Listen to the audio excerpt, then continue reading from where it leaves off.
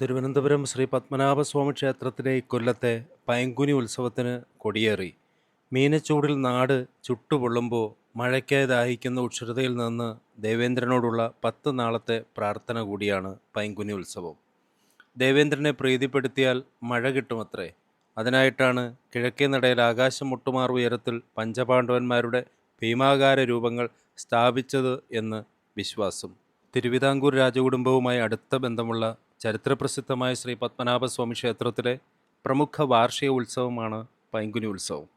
തിരുവനന്തപുരം ജില്ലയിൽ സ്ഥിതി ചെയ്യുന്ന നൂറ്റാണ്ടുകളുടെ പഴക്കമുള്ള ഈ ക്ഷേത്രം കലിയുഗ ആരംഭത്തിൽ പ്രതിഷ്ഠിതമായതെന്ന് കരുതപ്പെടുന്നു. പൈങ്കുനി ഉത്സവത്തിൻ്റെ 10 നാളുകൾ ആഘോഷങ്ങളുടെയും ആചാരങ്ങളുടെയും നിറവിൽ ഭക്തജന സഹസ്രങ്ങൾ ക്ഷേത്രദർശനം നടത്തി സായുജ്യമടയുന്നു. സാധാരണ മാർച്ച് മാസത്തിൻ്റെ അവസാനമോ ഏപ്രിൽ മാസത്തിൻ്റെ തുടക്കത്തിലോ ആണ് പൈങ്കുനി ഉത്സവത്തിന് കൊടിയേറുക. ആഘോഷത്തിൻ്റെ ഭാഗമായി കിഴക്കേ ക്ഷേത്രഗോപുരത്തിൻ്റെ മുന്നിലുള്ള രാജവീഥിയിൽ മഹാഭാരതത്തിലെ ധീരയോദ്ധാക്കളായ പഞ്ചപാണ്ഡവന്മാരുടെ ഭീമാകാരമായ പൂർണ്ണകായ രൂപങ്ങൾ സ്ഥാപിക്കുന്നു. തീർത്ഥാടകർക്ക് കാഴ്ചാവിരുന്നൊരുക്കുന്ന ഈ പ്രതിമകൾ രൂപഭംഗിയിൽ അത്യാകർഷകങ്ങൾ കൂടിയാണ്. ഇത് പാണ്ഡവരിൽ മൂത്തവനായ ധർമ്മപുത്രർ ആണ്. ആ ഒരു പ്രതിമ മാത്രം ഇരിക്കുന്ന രൂപത്തിലും അർജുനൻ, ഭീമസേനൻ, നകുലൻ, സഹദേവൻ എന്നിവർ ആയുധം കയ്യിലേന്തി നിൽക്കുന്ന രൂപത്തിലുമാണ് ചെയ്തിട്ടുള്ളത്. ഇതിൽ സഹദേവൻ്റെ പ്രതിമ ചെറുതും ക്ഷേത്രത്തിൽ നിന്ന് ദൂരത്തുമാണ്. എന്നാൽ ഭക്തർ ആദ്യം കാണുന്നത് സഹദേവൻ്റെ പ്രതിമയാണ്. പൈങ്കുനി ഉത്സവത്തിനും ഈ പ്രതിമകൾക്കും വേറെയും ഐതിഹ്യങ്ങൾ ഒരുപക്ഷെ ഉണ്ടാകാം. ഉത്സവത്തിൻ്റെ ഓരോ നാളും പ്രത്യേക ആചാരങ്ങളും വഴിപാടുകളും കൊണ്ട് സവിശേഷത പുലർത്തുന്നു. പൈങ്കുനിയുടെ പ്രധാന ആകർഷണങ്ങളിൽ ഒന്ന് 9-ാം ദിവസം വേട്ടയ്ക്കൊരുമകൻ ക്ഷേത്രത്തിന് സമീപമായി രാജകുടുംബാംഗത്തിൽ തലവനായ ഒരാൾ പള്ളിവേട്ട നടത്തുന്നു എന്ന ആചാരമാണ്.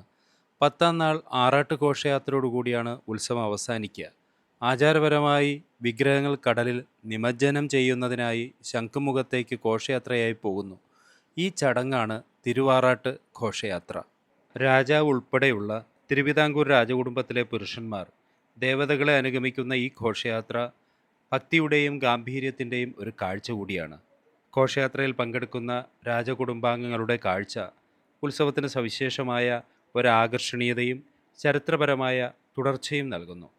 ഇത് കേരളത്തിലെ ഒരു പ്രധാന സാംസ്കാരിക പരിപാടി കൂടിയാകുന്നു. ശ്രീ പത്മനാഭസ്വാമി ക്ഷേത്രത്തിലെ പൈങ്കുനി ഉത്സവം ആത്മീയത, പാരമ്പര്യം, രാജകീയ പൈതൃകം എന്നിവയുടെ മിശ്രിതമായ ഒരു രൂപമാണ്, ആഘോഷമാണ്. ഭക്തരെയും വിനോദസഞ്ചാരികളെയും ഒരുപോലെ ആകർഷിക്കുന്ന ഈ പുരാതന ക്ഷേത്രത്തിൻ്റെ മഹത്വം കാണാനും അടുത്തറിയാനുമായി ധാരാളം തീർത്ഥാടകരും ഭക്തരും ഈ അവസരത്തിൽ അമ്പലത്തിലേക്ക് ഒഴുകിയെത്തുന്നു. നോക്കൂ, അർജുനൻ്റെ ഈ രൂപം എത്ര മനോഹരമായിട്ടാണ് ചെയ്തിരിക്കുന്നത്. എല്ലാം വളരെ വിശിഷ്ടമായിട്ടുള്ള നിർമ്മാണ ചാതുരി, കലാചാതുരി ഇവ ഒത്തിണങ്ങിയ രൂപത്തിലുള്ള സൃഷ്ടികളാണ്. പത്മനാഭസ്വാമി ക്ഷേത്രത്തിൻ്റെ മഹത്വത്തെക്കുറിച്ചും ക്ഷേത്രത്തെക്കുറിച്ചും ഒക്കെ എല്ലാവർക്കും അറിയാവുന്നതാണ്. കേരള സംസ്ഥാനത്തിൻ്റെ തലസ്ഥാനമായ തിരുവനന്തപുരം നഗരത്തിലെ വളരെ പ്രസിദ്ധവും പുണ്യപുരാതനവുമായ മഹാവിഷ്ണു ക്ഷേത്രമാണ് ശ്രീ പത്മനാഭസ്വാമി ക്ഷേത്രം.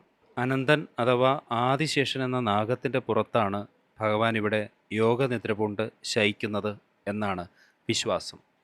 മഹാലക്ഷ്മിയും ഭൂമിദേവിയും ഒപ്പമുണ്ട്. പിന്നെ ധാരാളം മുനിമാർ, ദേവഗണങ്ങൾ എല്ലാമുണ്ട്. ഭഗവാന്റെ ഉഗ്രഭാവമായ തെക്കേടത്ത് നരസിംഹമൂർത്തി, തിരുവമ്പാടി ശ്രീകൃഷ്ണസ്വാമി എന്നിവർക്കും തുല്യ പ്രാധാന്യത്തോടെ പ്രതിഷ്ഠകളുണ്ട്.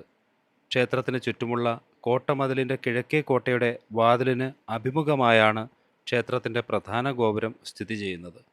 ദ്രാവിഡ ശൈലിയിൽ നിർമ്മിച്ച ക്ഷേത്രത്തിൻ്റെ ഈ പ്രധാന ഗോപുരം തിരുവനന്തപുരം നഗരത്തിൻ്റെ മുഖമുദ്രകളിൽ ഒന്നാണ്. മീനമാസത്തിൽ രോഹിണി കൊടികയറിയും തുലാമാസത്തിൽ തിരുവോണം ആറാട്ടായും 10 ദിവസം വീതം നീണ്ടുനിൽക്കുന്ന 2 ഉത്സവങ്ങളാണ് ക്ഷേത്രത്തിലെ പ്രധാന ആണ്ടുവിശേഷങ്ങൾ. കൂടാതെ ചിങ്ങമാസത്തിൽ അഷ്ടമി രോഹിണി, തിരുവോണം, വിഷു, വൈകുണ്ഠ ഏകാദശി, മകരസംക്രാന്തി, വൈശാഖ പുണ്യമാസം, കർക്കിടക സംക്രാന്തി തുടങ്ങിയവയും പ്രധാനപ്പെട്ട ദിവസങ്ങളാണ്. 6 വർഷത്തിലൊരിക്കൽ പ്രശസ്തരായ വേദപണ്ഡിതരുടെ വക മുറജപവും നടത്തപ്പെടാറുണ്ട്. തിരുവിതാംകൂർ രാജകുടുംബാംഗങ്ങൾ നടത്തുന്ന ട്രസ്റ്റാണ് ക്ഷേത്രഭരണം നടത്തുന്നത്. വളരെയധികം സവിശേഷതകളുള്ള അമ്പലം, നിധിശേഖരമുള്ളൊരമ്പലം, നിലവറകളുള്ള അമ്പലം, ഇതൊക്കെ കേട്ടറിഞ്ഞ് തദ്ദേശീയരും വിദേശീയരുമായിട്ടുള്ള ധാരാളം തീർത്ഥാടകർ ഇവിടേക്ക് എത്തുന്നുണ്ട്. അതുകൊണ്ട് തന്നെ ഈ അമ്പലവും പരിസരവും കനത്ത സുരക്ഷാ വലയത്തിലാണ്. ഓം നമോ നാരായണായ.